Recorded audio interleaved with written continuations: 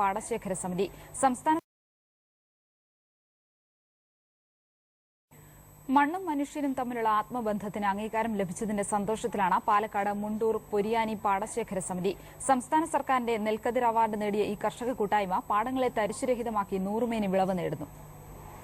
തരിശുപാടങ്ങളെ നൂറുമേനി വിളവെടുപ്പിന്റെ കൃഷിയിടങ്ങളാക്കിയ മഹത്തായ കാർഷിക നേട്ടം എല്ലാവരും അംഗീകരിച്ചിരിക്കുന്നു.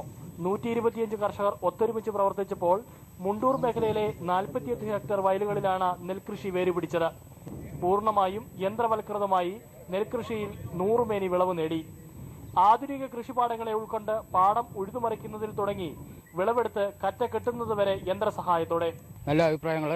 അതുകൊണ്ട് പല ഭാഗത്തും തരിശുഭൂമികളൊക്കെ കൃഷിഭൂമിയാക്കി മാറ്റാൻ ഞങ്ങളെ കൊണ്ട് കഴിഞ്ഞിട്ടുണ്ട്. അതിന് ഞങ്ങൾക്ക് വലിയൊരു പ്രശസ്തി വെളിയിൽ നിന്ന് കിട്ടാനും കഴിഞ്ഞിട്ടുണ്ട്. അത് ഞങ്ങളുടെ വലിയൊരു നേട്ടമാണ്.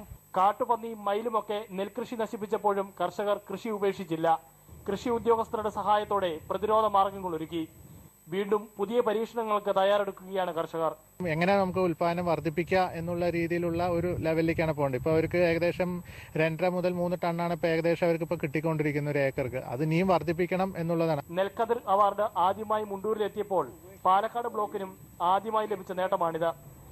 മനോരമ ന്യൂസ്, പാലക്കാട്.